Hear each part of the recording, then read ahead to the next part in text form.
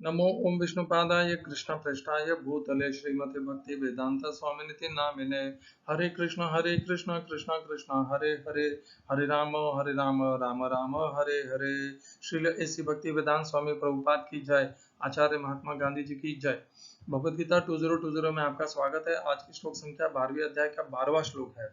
पुनर्कथन कर लेते हैं 11वें श्लोक का, जिसमें भगवान ने हमें कहा था, अतः तदप्यशक्तोऽसि कर्तुं मद्योगमाश्रितः सर्व कर्म फल त्यागम ततः कुरु यथात्मवान। भगवान कहते हैं, यदि तू मेरे लिए कर्म करने में असमर्थ है, मेरे आश्रित होकर के कर्म करने के लिए भी असमर्थ है, तो तू जो कुछ भी कर्म कर रहा है उन समस्त कर्मों के फलों को त्याग दे। इस प्रकार अपने आप की, अपने मन और बुद्धि को नियंत्रण करता हुआ भी तो मुझे प्राप्त हो जाएगा। ये मार्ग भगवान ने पिछले श्लोक में बता दिया। तो भगवान ने 3 मार्ग, देखिए, एक तो है कि कोई सगुण भक्त है, सगुण साकार का भक्त है, और वह बड़ी सरलता से, सहजता से, कोई विशेष प्रयत्न किए करने की उसे आवश्यकता ही नहीं है, और वह सहजता से भगवान की भक्ति कर पा रहा है। तब तो भगवान तेषाम हम समुद्धरता मृत्यु संसार सागरात भवामि न चिरात पार्थ मैया आवेशित चेतसाम, जिसका मन और बुद्धि भगवान में स्थिर हो गए हैं, उसे तो भगवान शीघ्रता से उसका उद्धार कर ही देते हैं। अब यदि किसी का मन और बुद्धि भगवान में स्थिर नहीं हुए हैं, तो वे किस प्रकार अपनी मन और बुद्धि को भगवान में लगाएं, उसके लिए भगवान ने 3 मार्ग बताए। मय्येव मन आदस्व मयि बुद्धिम निवेश निवसिष्यसि मय्येव अतः ऊर्ध्वं न संशयः। अथ चित्तं समाधातुं न शक्नोषि मयि स्थिरम् अभ्यास योगेन ततः माम इच्छाप्तुं धनंजय। तो यदि हम भगवान में अपने मन को स्थिर नहीं कर पा रहे हैं, बुद्धि को स्थिर नहीं कर पा रहे हैं, तो हमें अभ्यास योग का आश्रय लेना चाहिए। यदि हम अभ्यास योग में भी नहीं, अभ्यास योग क्या है? जब हम भगवान के नाम को जपते हैं, निरंतर भगवान की कथा का श्रवण करते हैं, निरंतर भगवान के दर्शन करते हैं, और अनेकों प्रकार के अभ्यास करते हैं, निरंतर सुबह प्रातःकाल उठ करके भगवान के मंदिर को जाते हैं, ये सब अभ्यास योग है, भगवान का दर्शन करना है सब। और यदि हम वह भी नहीं कर पा रहे हैं, तो भगवान फिर कहते हैं, भगवान ने फिर कहा कि तू मेरे लिए कर्म कर। अथई तद अप्यशक्तो असि, नहीं, अभ्यास पे असमर्थो असि कर्तुम मद्योगम आश्रितः सर्व मदर्थम अपि कर्माणि कुर्वन् सिद्धिम अवाप्स्यसि। तो भगवान कहते हैं, यदि अभ्यास योग के माध्यम से तू मुझ में मन को स्थिर नहीं कर पा रहा है, तो तू मेरे लिए कर्म कर। इस प्रकार मेरे लिए कर्म करता हुआ भी तू, तेरा मन और बुद्धि मेरे में ही लगे रहेंगे। अब यदि कोई भक्ति या कोई योगी, भक्त योगी इस प्रकार वह भी नहीं कर पा रहा है, तो भगवान अंत में उसे यह बताते हैं कि ठीक है, यदि तू ये भी नहीं कर पा रहा है, अथई तद अप्यशक्तो असि कर्तुम मद्योगम आश्रितः, यदि तू मेरे लिए कर्म करने के लिए भी, वह भी तेरे लिए असंभव नहीं हो पा रहा है, क्योंकि तेरा मन और बुद्धि मेरे प्रति झुका हुआ ही नहीं है, तो तू ऐसा कर, जो कुछ भी तू कर रहा है उसके समस्त फलों को त्याग दे, अर्थात बुद्धि योग कर्मयोग के अनुसार जीवन को व्यतीत कर, और अपने मन और बुद्धियों को नियंत्रित कर। इस प्रकार करते हुए भी तू मुझे ही प्राप्त हो जाएगा। यह भगवान ने दूसरे अध्याय में भी इसका आश्वासन दिया है। आज की श्लोक संख्या में भगवान ने ये 3 मार्ग बता दिए। अब भगवान इनके बीच में एक तुलनात्मक तुलना हमें करके बताएंगे इन तीनों के बीच में। तो भगवान कहते हैं, श्रेयो ही ज्ञानम अभ्यासात् ज्ञानात् ध्यानम विशिष्यते ध्यानात् कर्म फल त्यागात् शांति निरंतरम। हिंदी अनुवाद गीता यथारूप श्रील प्रभुपाद के द्वारा। यदि तुम अभ्यास नहीं कर सकते तो ज्ञान के अनुशीलन में लग जाओ, लेकिन ज्ञान से श्रेष्ठ ध्यान है, और ध्यान से भी श्रेष्ठ कर्म फलों का परित्याग, क्योंकि ऐसे त्याग से मनुष्य को मन शांति प्राप्त हो सकती है। English translation Gita as it is Swami Prabhupada. If you cannot take to this practice, then engage yourself in the cultivation of knowledge. Better than knowledge, however, is meditation, and better than meditation is renunciation of the fruits of action. For by such renunciation, one can attain peace of mind. इस श्लोक में प्रयोग किए गए संस्कृत शब्दों के अर्थ हैं, श्रेयो ही, श्रेष्ठ है, ही निश्चय ही ज्ञानम ज्ञान अभ्यासात अभ्यास से ज्ञानात ज्ञान से ध्यानम ध्यान विशिष्टते विशेष है विशिष्ट है। दूसरी पंक्ति ध्यानात ध्यान से कर्म फल त्याग कर्मों के फलों को त्याग कर का परित्याग या त्याग करना त्यागात त्याग में ऐसे त्याग से शांति निरंतरम शांति ही अनंत तत्पश्चात तत्परता से प्राप्त होती है। इस श्लोक का तात्पर्य गीता यथारूप स्वामी प्रभुपाद के द्वारा। जैसा कि पिछले श्लोकों में बताया गया है कि भक्ति के दो प्रकार हैं, विधि विधानों से पूर्ण तथा भगवत प्रेम की आसक्ति से पूर्ण। किंतु जो लोग कृष्ण भावनामृत के नियमों का पालन नहीं कर सकते उनके लिए ज्ञान का अनुशीलन करना श्रेष्ठ है, क्योंकि ज्ञान से मनुष्य अपनी वास्तविक स्थिति को समझने में समर्थ होता है। यही ज्ञान क्रमशः ध्यान तक पहुंचने वाला है और ध्यान से क्रमशः परमेश्वर को समझा जा सकता है। ऐसी भी विधियां हैं जिनसे मनुष्य अपने को परब्रह्म मान बैठता है, और यदि कोई भक्ति करने में असमर्थ है तो वह ऐसा ध्यान भी अच्छा है। यदि कोई इस प्रकार से ध्यान नहीं कर सकता तो वैदिक साहित्य में ब्राह्मणों, क्षत्रियों, वैश्यों तथा शूद्रों के लिए कतिपय कर्तव्यों का आदेश है, जिसे हम भगवद गीता के अंतिम अध्याय में देखेंगे। लेकिन प्रत्येक दशा में मनुष्य को अपने कर्म फल का त्याग करना होगा, जिसका अर्थ है कर्मफल को किसी भी अच्छे कार्य में लगाना। संक्षेपतः सर्वोच्च लक्ष्य भगवान तक पहुंचने की दो विधियां हैं। एक विधि है क्रमिक विकास की और दूसरी प्रत्यक्ष विधि। कृष्ण भावनामृत में भक्ति प्रत्यक्ष विधि है, अन्य विधि में कर्मों के फल का त्याग करना होता है, तभी मनुष्य ज्ञान की अवस्था को प्राप्त होता है। उसके बाद ध्यान की अवस्था और फिर परमात्मा के बोध की अवस्था और अंत में भगवान की अवस्था आ जाती है। मनुष्य चाहे तो एक एक पग करके आगे बढ़ने की विधि अपना सकता है या प्रत्यक्ष विधि ग्रहण कर सकता है, लेकिन प्रत्यक्ष विधि हर एक के लिए संभव नहीं है। अतः अप्रत्यक्ष विधि भी अच्छी है, लेकिन यहाँ यह समझ लेना होगा कि अर्जुन के लिए अप्रत्यक्ष विधि नहीं सुझाई गई, क्योंकि वह पहले से ही परमेश्वर के प्रति प्रेमा भक्ति की अवस्था को प्राप्त था। यह तो उन लोगों के लिए है जो इस अवस्था को प्राप्त नहीं है।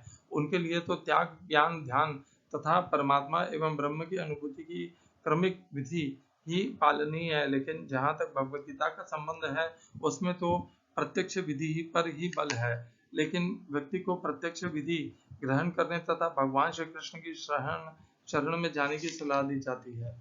ओम अज्ञानतिमिरन्धस्य ज्ञानाञ्जनशलाकया चक्षुरुन्मीलितं येन तस्मै श्री गुरुवे नमः। एकं शास्त्रं देवकीपुत्र गीतम् एको देवो देवकीपुत्र एव एको मंत्रस्तस्य नामानि यानि कर्मापेकं तस्य देवस्य सेवा। हरे कृष्णा। ये श्लोक आज भी मुझे अचरज में डाल देता है, मुझे नहीं समझ में आता है इसका सही अर्थ। इसके भी कुछ कारण हैं जो मैं आपको कारण भी बता दूंगा, और इसका अर्थ मैं आज तक नहीं समझ पाया हूँ। आज की चर्चा के पहले मैंने स्वामी रामसुख दास जी का भी भाष्य इसके ऊपर पढ़ा, स्वामी प्रभुपाद का भी पढ़ा। उसके पश्चात भी मैं इसका अर्थ नहीं समझ पाया हूँ, क्योंकि जो मूल शब्द हैं उनको कोई भी छू नहीं पा रहा है। श्रेयो ही ज्ञानम अभ्यासात, तो यहाँ पर अभ्यास योग स्वामी रामसुख दास जी ने तो कह दिया कि यहाँ पर अभ्यास शब्द है, यह अभ्यास योग से भिन्न है, परंतु ऐसा लगता नहीं है। यहाँ पर जो अभ्यास है वह अभ्यास योग जो पिछले श्लोकों में चर्चा में आया है उसी अभ्यास योग का यहाँ पर उसी की तुलना हो रही है। श्रेयो ही ज्ञानम अभ्यासात, तो भगवान कह रहे हैं कि अभ्यास योग से ज्ञान श्रेष्ठ है। अब ये कौन से ज्ञान की बात कर रहे हैं भगवान? तो देखिए, मैं तो यही मानता हूँ ये मंत्रों वाले ज्ञान की बात नहीं हो रही है। यद्यपि स्वामी रामसुख दास जी ने इसे मंत्रों वाले ज्ञान कहा है, जिसे हम कंठस्थ करते हैं उस प्रकार के ज्ञान कहा है इसको, परंतु मुझे यह वैसा ज्ञान नहीं लगता। क्यों नहीं लगता उसका कारण भी बता देता हूँ। तो देखिए, हम सर्वम कर्माखिलम पार्थ ज्ञानी परिसमाप्यते, तो देखिए हम जो भी कर्म करते हैं उससे हमें ज्ञान प्राप्त होता है। ये चौथे अध्याय के 33वें श्लोक में लिखा है। कर्मणस्सु कर्तस्याहुः सात्विकम निर्मलम फलम रजसस्तु फलम दुःखम अज्ञानम तमसः फलम। तो इस प्रकार अज्ञान आता है तामसिक कर्मों को करने से और सात्विक फल प्राप्त होते हैं। सात्विक कर्मों को करने से कर्मण सुकृतस्य, सुकृति को करने से सात्विक फल प्राप्त होता है। कर्म सुकृतस्य हो सात्विकम निर्मलम फलम, सात्विक और निर्मल फल प्राप्त होते हैं। निर्मलता तो बहुत बड़ा आभूषण है, निर्मलता से सब कुछ अपने आप ही स्पष्ट दिखना जाता है। निर्मलता ज्ञान को प्रज्वलित कर देता है, ज्ञान को विकसित कर देता है। निर्मलता ज्ञान को ऊपर ले आता है। जो सुषुप्त जो छिपा हुआ ज्ञान है वह ऊपर आ जाता है निर्मलता के प्रभाव के कारण। तो यहाँ पर जो ज्ञान शब्द है वह कर्मों से उत्पन्न होने वाले ज्ञान का प्रतिरूप है। यह मैं अभी तक इतना ही समझ पा रहा हूँ। हो सकता है मेरी समझ में त्रुटि है, तो आप इस श्लोक का अर्थ औरों से भी किसी से पूछ लीजिएगा।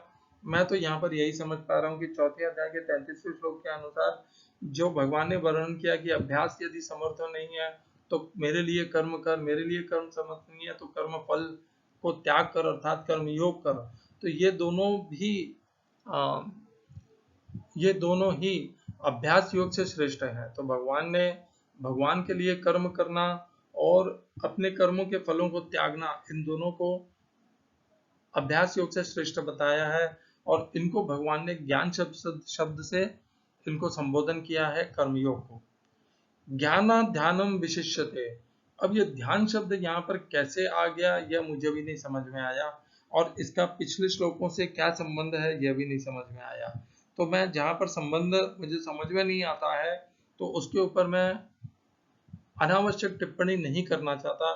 यह तो मुझे समझ में आ रहा है कि ज्ञाना ध्यानम विशिष्यते।